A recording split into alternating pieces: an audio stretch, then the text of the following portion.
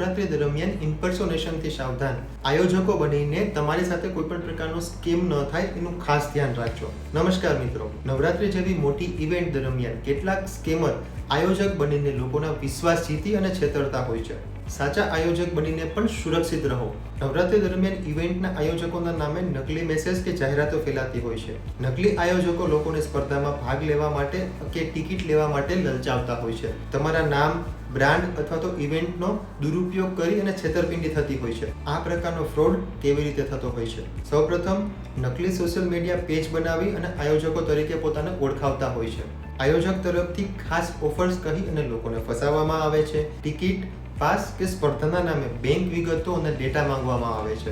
કેટલીક વાર નકલી ઇવેન્ટનું બુકિંગ ફોર્મ આપી તમારા ડેટા ચોરી લેવાતા હોય છે. તો હવે ક્વેશ્ચન છે, આ પ્રકારના ક્રાઇમથી બચવું કઈ રીતે?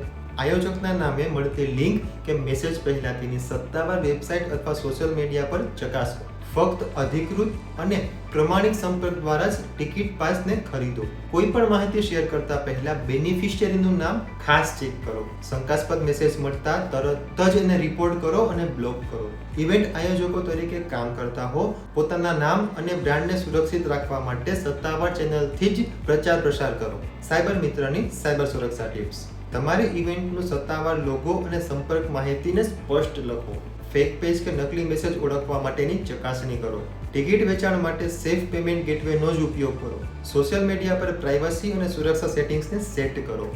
છેતરપિંડી થાય ત્યારે તરત જ 1930 પર ફરિયાદ ફાઇલ કરો અને તમારી નવરાત્રીને સેફ બનાવો. તો ચાલો મિત્રો, સાથે મળી અને 2025 નવરાત્રીને સેફ નવરાત્રી બનાવીએ. Stay safe, stay protected.